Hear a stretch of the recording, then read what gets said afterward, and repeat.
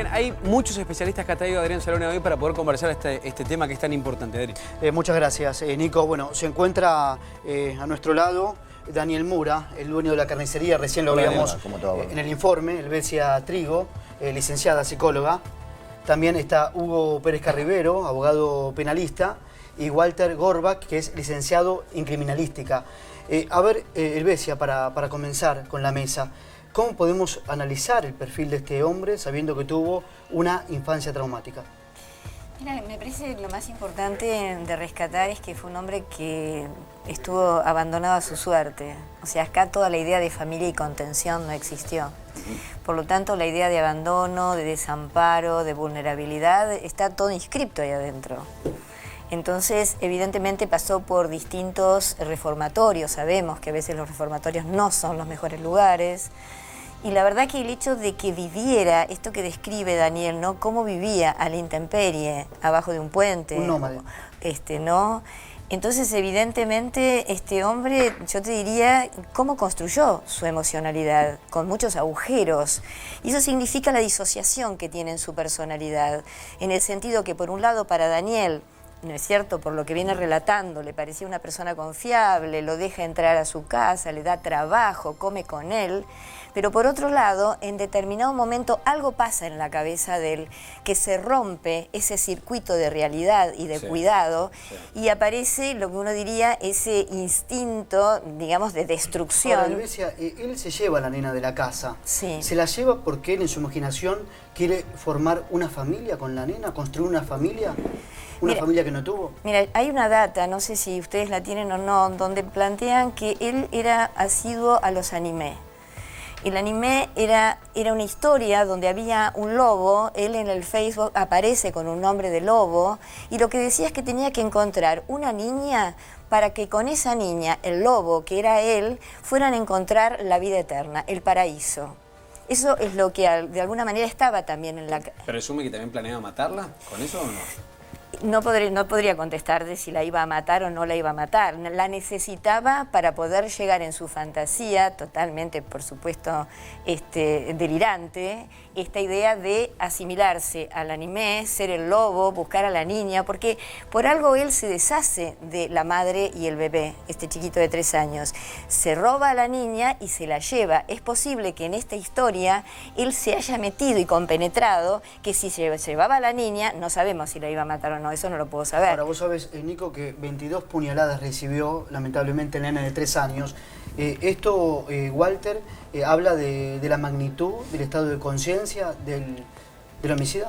Sí, bueno, nosotros desde el punto de vista criminalístico a veces tenemos en cuenta la cantidad de heridas, en este caso cortantes o punzantes, pero eso es un parámetro un poco virtual, ya que quizás puede haber una única herida y puede estar en un estado de inconsciencia, o en este caso hubo una múltiple cantidad de heridas y quizás pudo haber estado en algún momento inconsciente. Igual, a mi juicio, por los elementos y por lo que traduce la autopsia al cuerpo y demás, yo prácticamente estoy casi convencido de que estaba absolutamente consciente al momento de ejecutar el acto. Doctor, me parece que este punto es clave, ¿no? Determinar si estaba consciente o no estaba consciente a la hora de terminar este acto. ¿Qué va a pasar con una persona como Enrique Algañarás? Digo, una persona que hoy se la tilda el principal acusado de ser el asesino y también el captor de esta chiquita, que vaya a saber qué es lo que iba a pasar potencialmente. Bueno, ya la justicia de Morón adelantó a través del doctor Claudio Oviedo, que es el fiscal que interviene en la causa, que a partir del lunes ya están en condiciones de comenzar a hacerles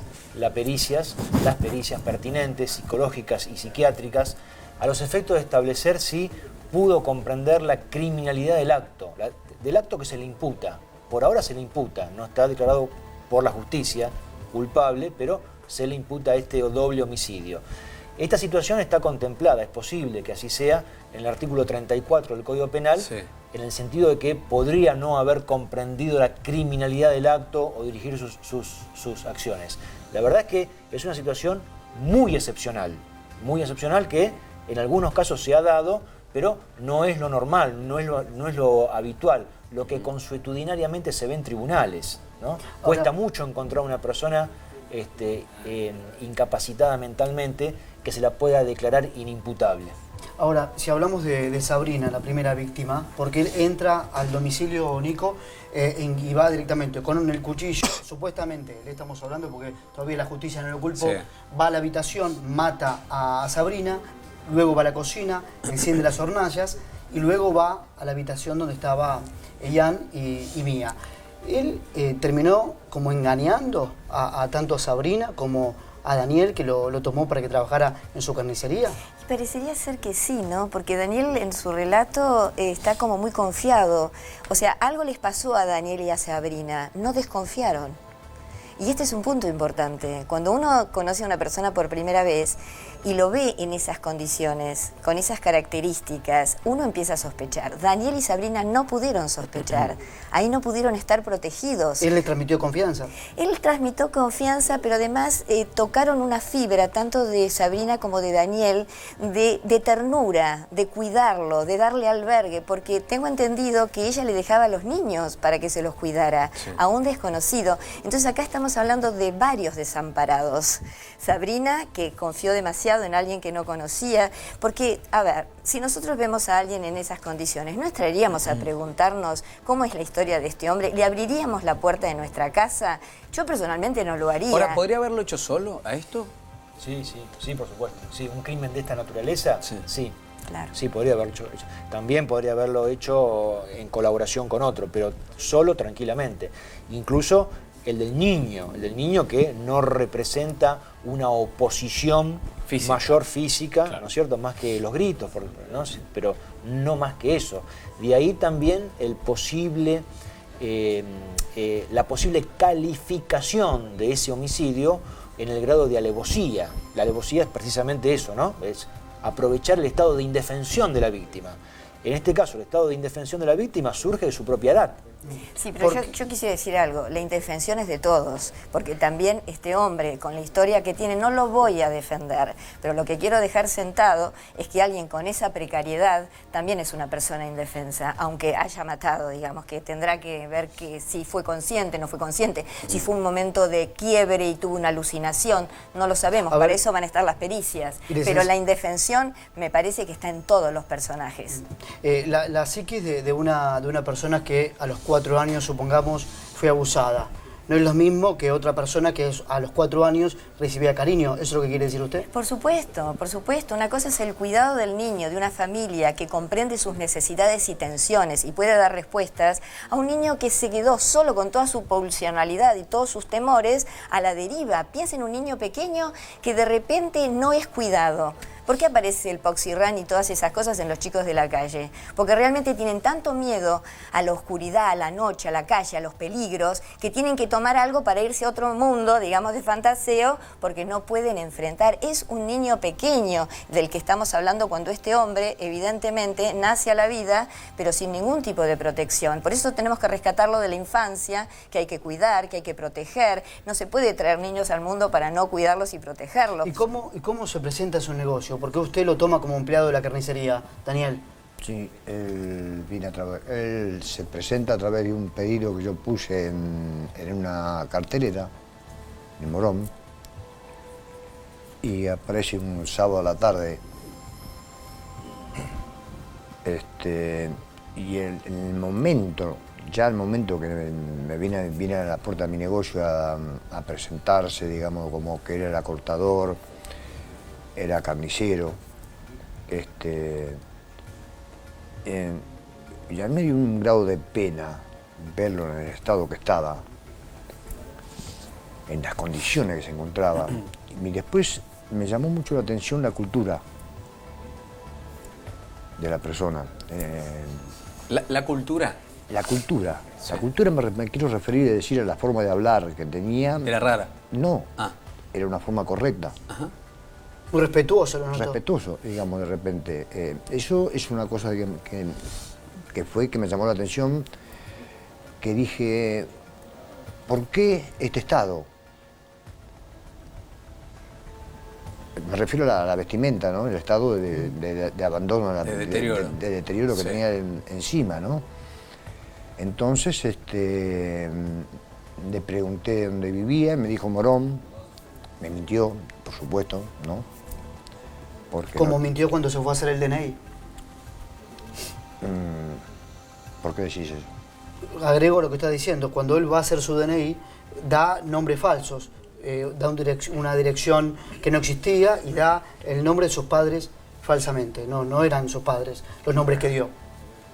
Bueno, yo no tengo entendido de eso, pero cuando yo estuve en mi negocio, yo lo primero que le pedí fue porque yo el sábado ese quedamos en que empezaba a trabajar el lunes conmigo. Ya ese día usted ya decidió que iba a ser el empleado. Sí, iba a ser mi empleado. Entonces, el lunes se tuvo en el negocio, tenía los pelos largos, el martes yo lo mandé a la peluquería, Sí. le di zapatillas mías, le compré toda ropa blanca para que esté presentado en el negocio. Claro. Y bueno, y a partir de ese momento yo fue cuando yo lo empecé a observar, porque es una cosa lógica, ¿no? Y después de repente a la noche, cuando llegó la noche, le pregunto dónde iba a dormir y todas esas cosas, y me dijo, bueno, que él iba a ir a su casa, a Morón. En realidad estaba viviendo en la casa de ¿Un familiar? no, ¿De un amigo? de una pareja amiga Sí, que sí. no sé, en realidad, pero estaba viviendo en la casa de esa pareja amiga.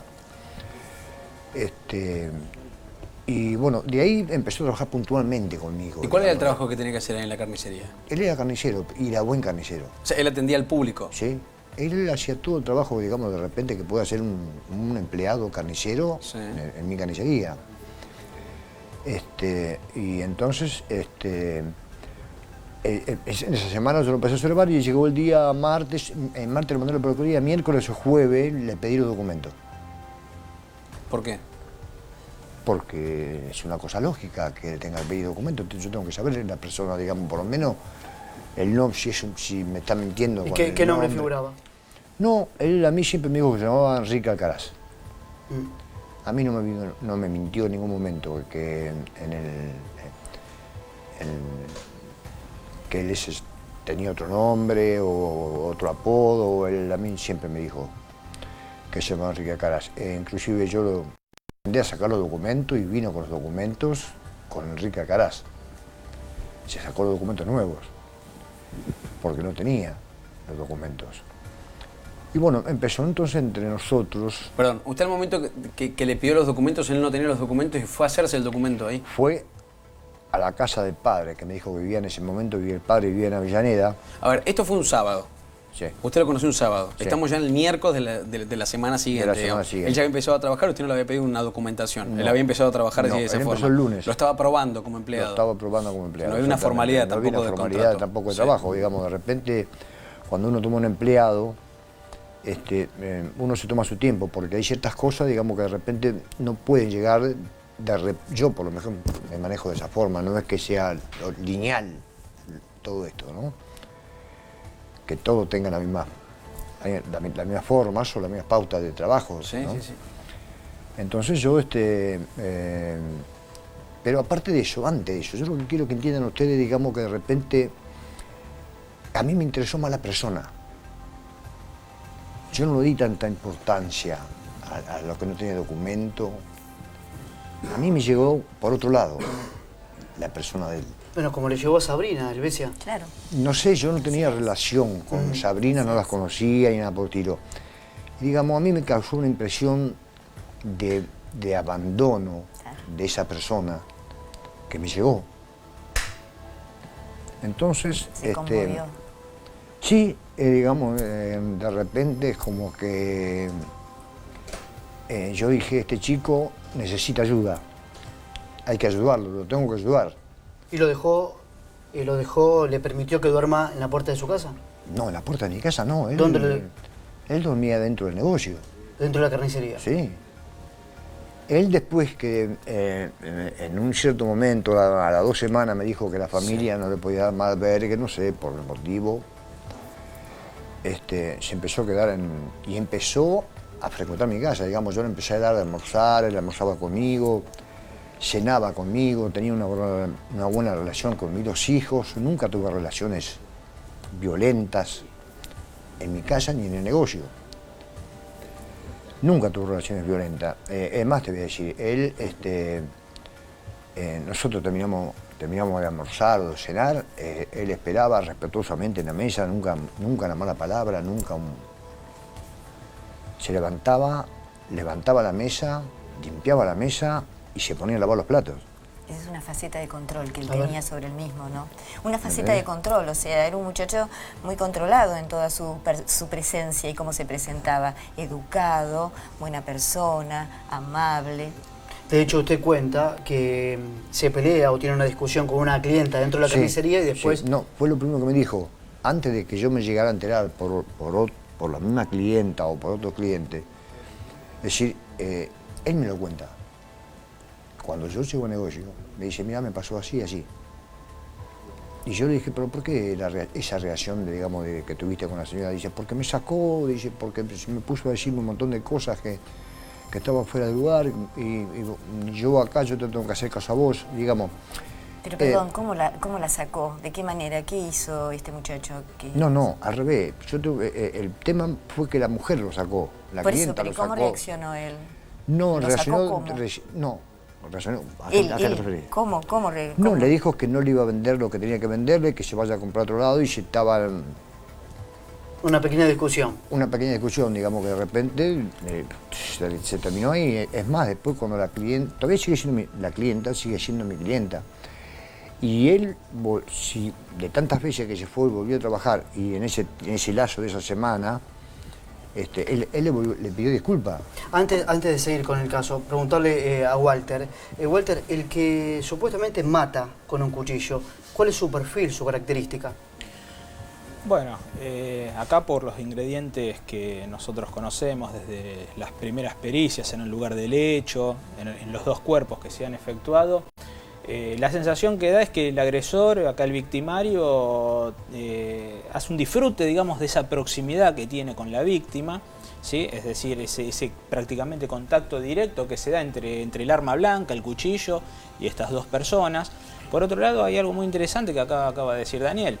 Aparentemente el muchacho sabría con anterioridad el oficio o el corte. Es decir, no cualquiera ejecuta cortes en una carnicería, no cualquiera pone hoy una carnicería y empieza a trozar o a hacer los diferentes cortes. Esto es otro elemento que se va a tener en cuenta en las ampliaciones de las pericias que se van a hacer, cómo se esgrime el cuchillo, ¿sí? O el arma blanca que se le dio muerte, digamos, 22 centímetros de filo tenía el cuchillo que le encontraron cuando fue detenido en Junín. Perdón, Adri, porque hasta ahora hablamos de la impresión que le dio a él de esta persona, y a mí me interesa saber también qué era lo que expresaba este joven, ¿no? ¿Qué le expresaba a usted cuando usted le decía, le voy a comprar ropa, hace cuánto trabajás, digo, en esta labor? Digo, me gustaría también conocer un poco el perfil de cómo se expresaba él.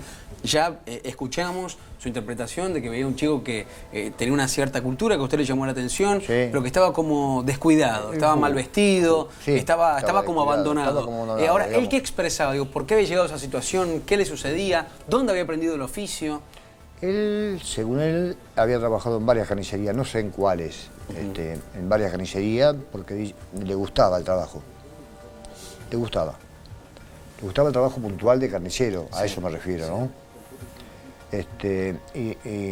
Y después no tenía problemas en temas de horario de trabajo, ni lo que tenía que ejecutar, ni lo que tenía que hacer dentro del negocio. Yo tengo una forma muy particular de hacer ciertos cortes en mi negocio, que yo lo tengo como innegociable. Esta carne se corta así y por más que venga quien venga, se corta así. Se corta así. Y esté yo o estés vos. Entonces vos si yo no estoy, vos tenés que cortar la carne como yo te digo. Bueno, eso también me ha causado a mí tener ciertos entredichos, pero en buenos términos, ¿no? Y a él también, por lo que yo le dije que no lo hacía yo, no lo puede hacer él. Imagínate que si yo soy dueño de una carnicería, no, soy inamovible, no transo en esas cosas, él era en ese sentido muy respetuoso, digamos, seguía se adapta a las reglas, digamos, las normas. Las normas del trabajo que yo le imponía. Y ahora usted le preguntó, Iba, a la hora cuando se empezó a interesar por conocer a la persona, porque Fue un sábado, se presentó, usted lo contrató sin ninguna formalidad, él empezó a trabajar y luego salió por empezar a pedir la documentación. Él cae con los documentos. ¿Usted le preguntó algo más de su vida, digo, sobre su familia, sobre sus relaciones? Sí, yo le pregunté. ¿Y qué le decía él? Bueno, él me decía que el padre vivía en Avellaneda, que el hermano vivía en Rafael Castillo. Sí. De la madre nunca me la nombró. Bueno, el padre, y está constatado por la policía, vivía en Merlo. Está bien, es posible que se haya mudado o no, no sé. Yo te estoy hablando, yo me estoy refiriendo a los primeros tiempos de cuando él empezó a trabajar conmigo. Después ya no, ya está. Sí. Es decir, repetitivo el tema de estar viviendo. No se puede Ahora, hacer. Elvesia, yo insisto con esta pregunta. Él se lleva a Mía de la casa porque con ella quería como formar una familia, quería un vínculo, construir una familia, esa familia que no tuvo. No, yo insisto, ¿O no le parece esto que se dice? Insisto en la historia esta que aparece en Facebook, la historia del lobo, donde él tenía que llevarse una nena para que juntos pudieran armar, ir hacia la vida eterna, que podría ser matarse los dos, matarla y matarse, esta línea que vos traes de pronto, ¿no es cierto? Vamos a hacer una cosa, porque estamos analizando y seguramente mucha gente se está sumando en este momento. Ya vamos a interactuar con las redes sociales como siempre hacemos, pero me gustaría repasar nuevamente el informe para aquellos que se están sumando hasta ahora, empezar a entender de qué estábamos hablando y por qué es importante también determinar el perfil psicológico de este presunto asesino que estamos enfocando en este momento. Presten atención, esto es parte de un caso que ha conmocionado a la República Argentina esta semana sobre la aparición, por suerte, haberla encontrado con suerte a esta chiquita, después de lo trágico que ha sido esta noticia, esta chiquita Mía. Miren el informe y seguimos analizando acá, mira.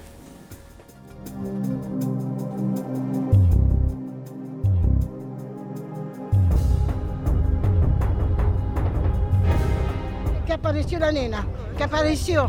¿Cómo cae esta noticia en el barrio, señora? Muy contento, estamos contentos.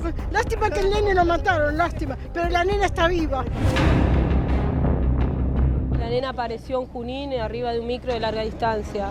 Y que nada, que el chofer se dio cuenta que era la nena, porque tenía la foto pegada en el colectivo y nada, y se acercó y llamó, o sea, esperó un ratito como que si nada pasaba y llamó a la 911 y vino la policía y bueno, y ahí lo detuvieron a él, pero él dice que le agarraba muy fuerte a la nena, que decía que era su hija y... ¿Él decía que era su hija? Sí, constantemente, que era su hija. ¿Se llamaba Mía Alcaraz? Mía Alcaraz, sí, el apellido de él, le dio el apellido de él, pero él tampoco se llamaba Hugo, él no se llamaba Hugo. Cuando el micro llega a la terminal de Junín, había dos oficiales de la policía local. El conductor del micro le dice, mira, creo que ese que va ahí lleva la nenita que te está buscando, y a partir de ahí, con colaboración del resto de la fuerza, se aprendió a este hombre. Que Mía apareció con vida, aparentemente sana, dijo el propio fiscal Oviedo. Mañana por la mañana le tomará declaración a Enrique Alcaraz, este hombre de 26 años detenido, quien llegó hasta esta ciudad de Junín en tren. Pasó toda la noche en la calle, llegó sucio, con un estado medio dejado, a la terminal de ómnibus. Yo lo único que la alcancé a ver es la cara, justo le vi la cara, y él me pregunta para ir a Santiago del Estero. Yo le digo, de acá de Junín a Santiago del Estero no tenés nada, digo, y tapa la nena. Y ahí le digo que pensé en mi cabeza, le digo, ¿qué hace este loco con la nena a la deriva, mojado? Y ahí fue cuando la mayor sospecha con Raúl, que nos pusimos a hablar entre los dos, que era, que no era, que era, que no era. Y yo dijimos entre los dos, no, es la nena, y bueno, ahí le dimos aviso a la policía local. ¿Usted le dio una oportunidad a este hombre? Le di muchas oportunidades, muchas, porque era un nómade. Por ahí estaba 2 meses a full trabajando conmigo y no faltaba un día, y de repente me decía un sábado a la noche cuando cobraba el sueldo, mirá, mañana no vengo por el día domingo, y bueno, desaparecía por 15, 20 días, un mes. Y después aparecía. Después aparecía de vuelta. ¿Cómo era la relación de Sabrina y este hombre? No siempre Sabrina lo dejaba pasar. Siempre él intentaba por la noche quedarse a dormir en su casa. Nosotros, Claudio, Agustina, estamos trabajando a 50 metros de la casa, de la escena del crimen.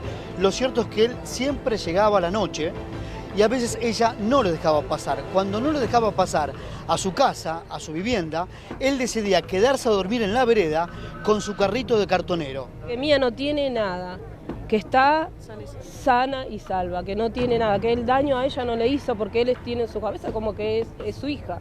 Ella nena miró y nos dijo, hola, hola, le dijo a mi compañero. Y le digo, cuando se iban caminando, digo, es mía. No, sí, digo, mira la foto, le digo, el diario. Le digo. ¿Esta foto habías visto? Sí, es mía, le digo. No, sí, es mía, le digo. Es mía, le digo. ¿Estás seguro? Segurísimo, le digo. Bueno, vamos. Entonces llamamos a la policía, le dimos así a la policía. La justicia aún no lo culpó del doble crimen. ¿Usted cree que fue él? Yo estoy seguro. Cuando él lleva a mí a la carnicería, usted lo observó de lejos. ¿Y qué notaba de esa relación? No, una relación de un amor recíproco. Quizás esa obsesión que tenía con la nena y de sentirse como un padre, eso la terminó salvando a la nena, ¿no? Quizás allí, bueno, psicólogos y psiquiatras van a describir seguramente y analizar el perfil de este hombre que ya se encuentra detenido y que lo van a revisar a ver si tiene marcas en su cuerpo, pero las habría atacado dormidas, es lo que también la información que manejaba Pablo Caplan y Mauro Zeta más temprano. Muy pocos vecinos escucharon gritos esa noche, hay un testimonio auditivo que ya prestó declaración, algo escuchó esa noche, habrían sido atacadas antes de las 2 de la madrugada, porque cerca de ese horario, cerca de las 2, aún así cuando el novio actual de Sabrina, la pareja actual, descubre el cuerpo de su novia y también el cuerpo del nene, ¿no?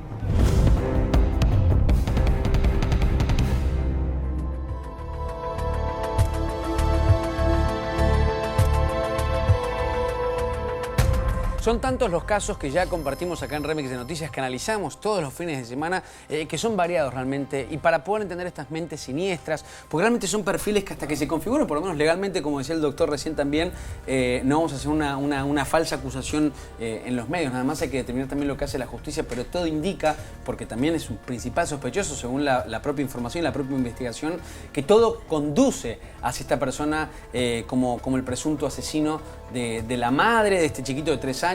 Y casi, digo yo, casi, porque vaya a saber uno qué iba a hacer con esta chiquita mía de tan solo 6 años, que seguramente debe estar amparado o al cuidado ahora también de su familia. Se la quería llevar a Santiago del Estero. De hecho, él cuando se acerca a la boletería de Junín, pregunta por un pasaje en Santiago del Estero. De Junín a Santiago del Estero no había nada directo.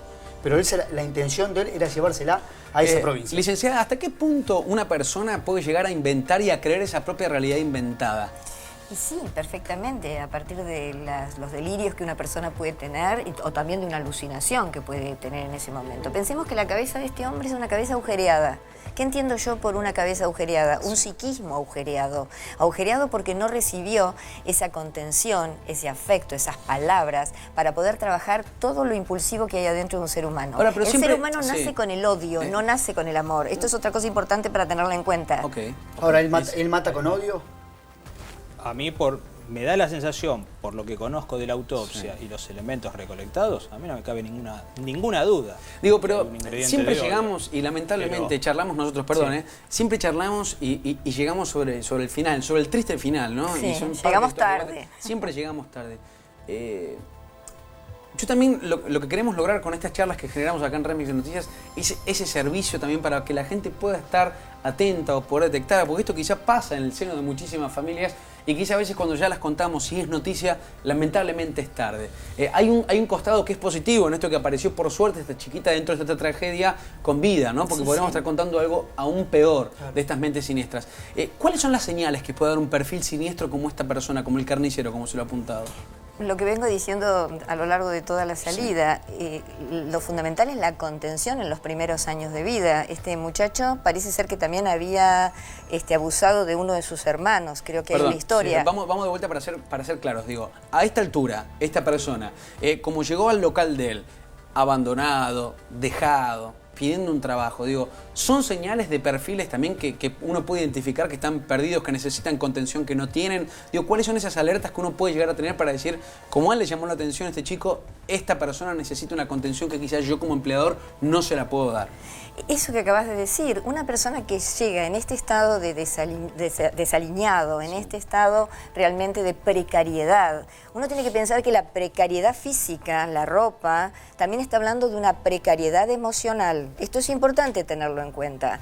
Yo lo que creo es que en este caso Daniel como Sabrina fueron demasiado confiados, porque hoy día uno cuando toma a cualquier empleado, lo primero que le pregunta es el documento, saber dónde vive y un poco la historia familiar para saber uno con quién se mete, porque hay muchísimos de estos personajes que vos llamás siniestros y a mí me produce así una sensación, pero en realidad es terrible que esta persona haya llegado a esta circunstancia, porque no se vuelve de matar a alguien. Ahora, perdón, ¿la víctima de estos perfiles siempre es afectiva o no?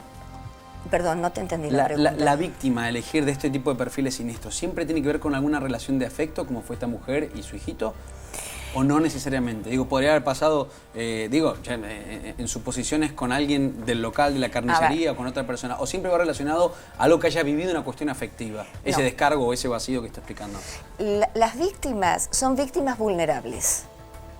También él es vulnerable, pero la víctima va a ser alguien vulnerable, que él sabe que la va a poder manejar, manipular y la va a poder controlar en algún punto. Esto es importante, por eso la persona, la que es vulnerable tiene que estar muy atenta de que no se le meta en la casa a alguien siniestro, vamos a llamarlo así como vos lo estás trayendo.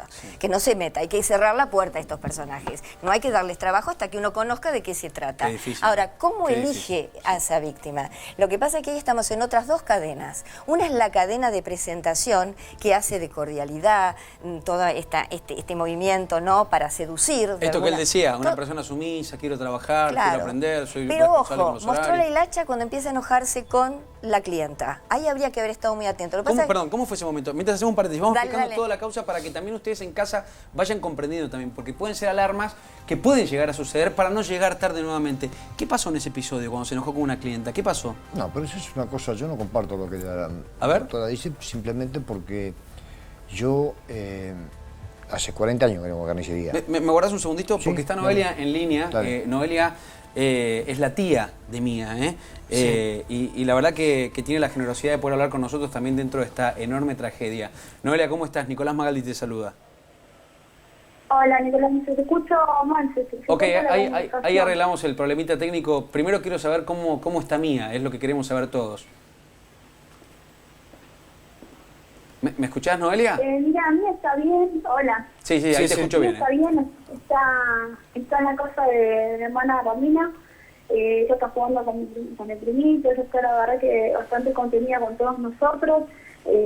Por suerte nos encontramos bien, ella está sana, está con nosotros, que después lo quiso siempre, con mis hijos pasó mucho tiempo con nosotros, entonces ella está bastante contenida y no... Está bien, Noelia, está bien. Sí. Noelia, ¿cómo fue ese reencuentro? Sabemos que algunas de las hermanas viajaron a Junín.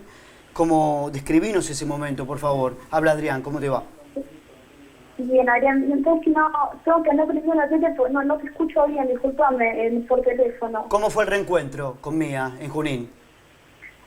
Bien, fue muy movilizante, o sea, la que viajó a Junín fue mi hermana Romina con el marido, con Emiliano, y se encontraron allá, se vinieron para la casa de Romina, yo llegué con el hijo de Romina para que se jueguen y que sea lo más normal, una situación normal, cotidiana, que la que ella vivía, que fue lo que nos pidió el psicólogo.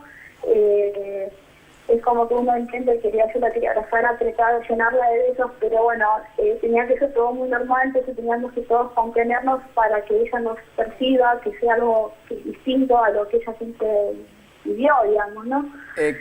Así que bueno, a medida de que ella va pidiendo a la gente o va nombrando a diferentes personas, se las va llamando, como por ejemplo el papá, lo está viendo a ver seguido. Sí.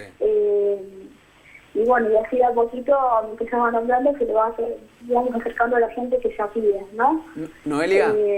Pero, sí. Digo, más allá de lo que debe haber sido el impacto de esta información para ustedes, los hemos visto también en todos los medios pidiendo por la aparición con vida. Por suerte tenemos esta noticia de esta chiquita que nos ha conmocionado a todos realmente, que es un milagro ante tanta tragedia. ¿Qué dice Mía? ¿Qué está expresando ella? ¿Qué les dice a ustedes? ¿Dijo algo? No, ella no. Te escucho. No, ella no dice nada, no habla de nada, no dice nada.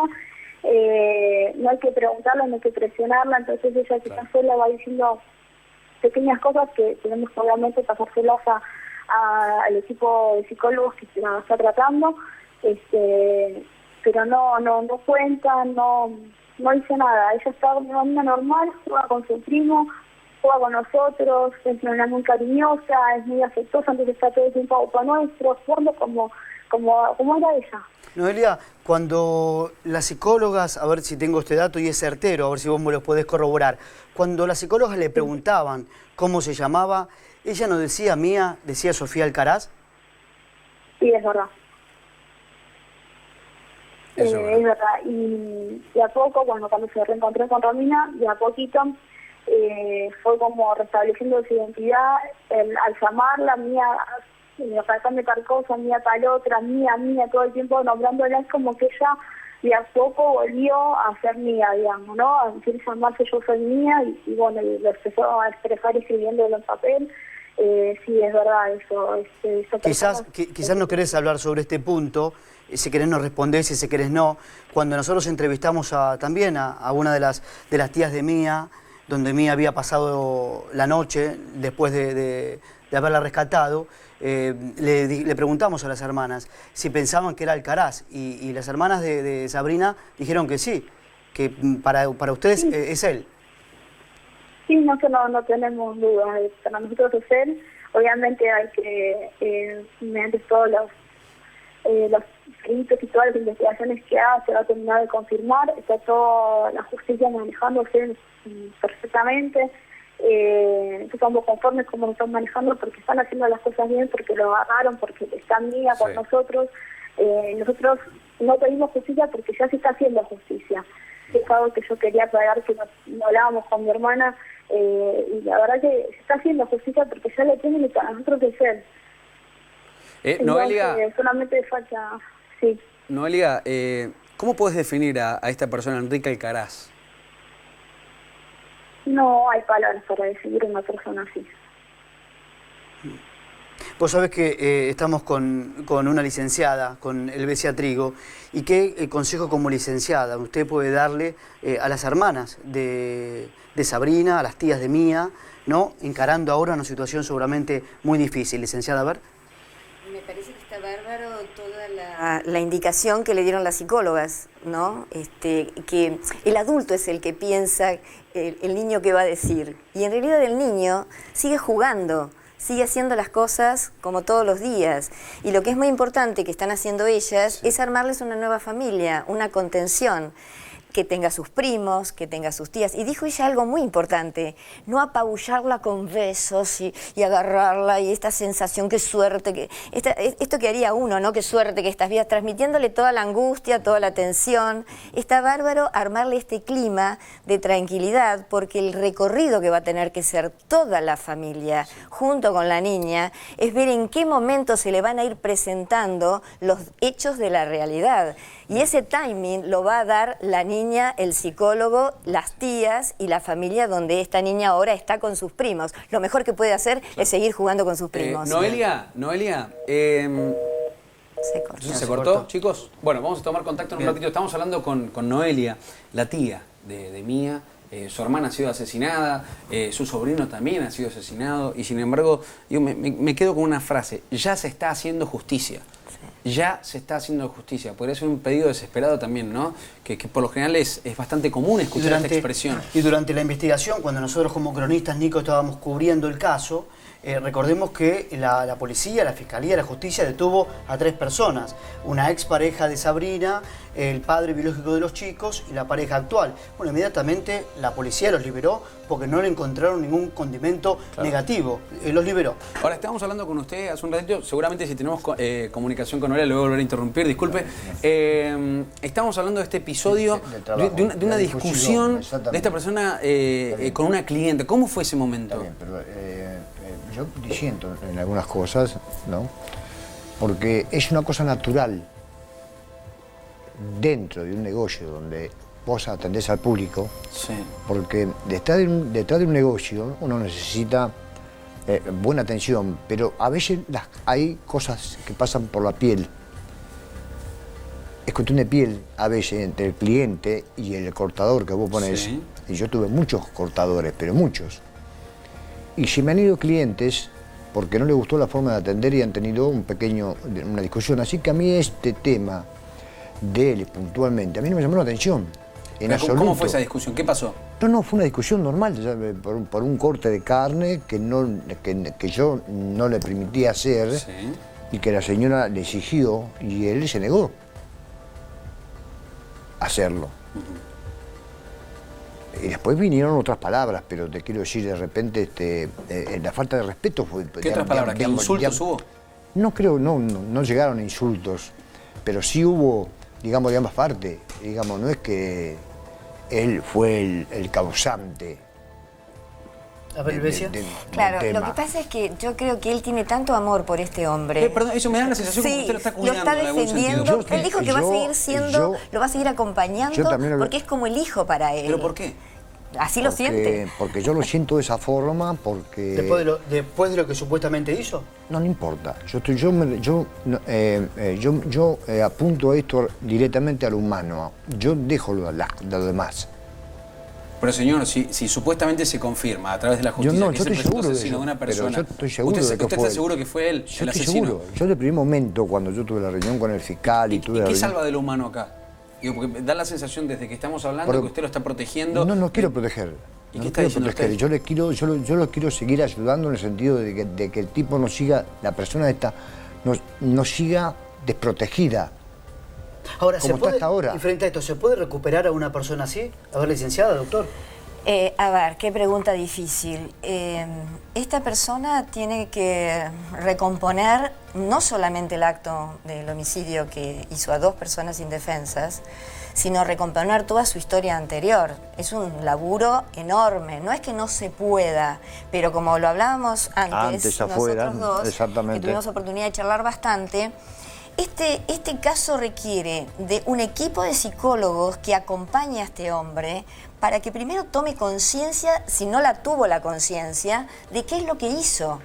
Porque hay que ver si en el momento que ataca, porque evidentemente manejaba muy bien el cuchillo, en el momento que ataca, ¿cuál era la fantasía que estaba en ese momento en su cabeza? Si estaba lúcido, si no estaba lúcido, ¿qué era lo que pretendía? No, según dijo él, indicaría que estaba lúcido. A ver, juicio oral. Si esta causa llegara a juicio oral, si se montara el escenario de un juicio oral, lógicamente Daniel va a ser convocado para declarar como testigo. Y una de las primeras preguntas que se le va a hacer, esto es algo de manual, de acusación, de juzgamiento, es si el acusado manejaba correctamente el cuchillo, ¿no es cierto? Si tomaba, de acuerdo a las reglas del manual, en todo caso, del carnicero, que yo no las conozco, ¿no es cierto? Pero si tomaba adecuadamente el cuchillo, si era diestro o era zurdo. Era zurdo. Era zurdo, bueno. Y si cortaba, digamos, de todos los cuchillos que había en la carnicería, si elegía el correcto para cada corte. ¿Se entiende? Es decir, como el mecánico que elige el destornillador para cada tornillo. Es decir, si sabía manejar y sabía... ¿A usted no le faltó ningún cuchillo de la carnicería? No. Ningún cuchillo me faltó de la carnicería. Y además, el cuchillo yo lo vi, el cuchillo porque salió en televisión, el cuchillito. Ese no es un cuchillo carnicero. Ahora, estábamos analizando este perfil, digo, si estaba lúcido o no estaba lúcido al momento de cometer el hecho. Bueno, hay otros elementos, además, que nosotros desde la criminalística analizamos para ver si verdaderamente hay una persona en un estado, digamos, de lucidez o de conciencia o no, al momento de ejecutar un acto. Por ejemplo, las vías de ingreso no fueron violentadas. Por lo que trascendió, Sabrina dejaba siempre un juego de llaves muy cerca de la puerta. En el buzón de entrada. En el buzón, que evidentemente es alguien, estamos hablando de un núcleo conocido. Claro. De un núcleo conocido, sí, o que al menos tenía ese conocimiento de en dónde ir a localizar las llaves y dónde ingresar o la forma o la vía. Allá estamos hablando que hay un primer eslabón en donde hay alguien que está, olvidémonos si es este imputado o cualquiera, conscientemente yendo a un lugar, no violentando, no portando consigo ningún arma blanca, porque aparentemente el arma blanca estaba en el domicilio, en la cocina, en la vivienda, justamente de Sabrina. Entonces, toma las llaves, hace un ingreso sin violentar, directamente iría a la cocina y va localizadamente a la habitación donde está Sabrina. Aparentemente así fue la reconstrucción pericial que se ha ejecutado. Le da muerte, primeramente a Sabrina, después va a la habitación donde están las criaturas y a Ian le transmite esos 22 cortes. El chico estaba con la madre. Exactamente. Lo tapa. No, abajo de la cama. Sí, con frazadas. Bueno, ¿para qué? Para que Mía, digamos, también y eventualmente no sea en primera instancia visto. Aparentemente también en el baño se asea. Es decir, se limpia. Según la prueba de luminol, da cuenta de que había manchas de sangre del asesino. Estas cosas que se enjuagó. Exactamente. Cobran a lo que es la voluntad y la conciencia del individuo. Alguien en un estado de inconsciencia, en donde está... Y las hornallas. Las hornallas, abrió las hornallas como para simular o no cierta situación, o como para eventualmente provocar otro tipo de daño. Una explosión, decís. Claro. Puede ser una cuando explosión. Ingresan los familiares, exactamente. Notan son todos elementos. La huida, nos tenemos que preguntar cómo apareció en Junín. Es decir, desde el Palomar hasta Junín, ¿cómo llegó? Y de ahí quería a su vez hacer, si estamos hablando siempre de la hipótesis del imputado, son todos elementos tengo que hacer una pausa breve, quédense acá porque vamos a seguir analizando este caso que es realmente interesante y también preocupante, ¿no? De poder entender el perfil de un presunto asesino. Hacemos una pausa cortita en Remix de Noticias.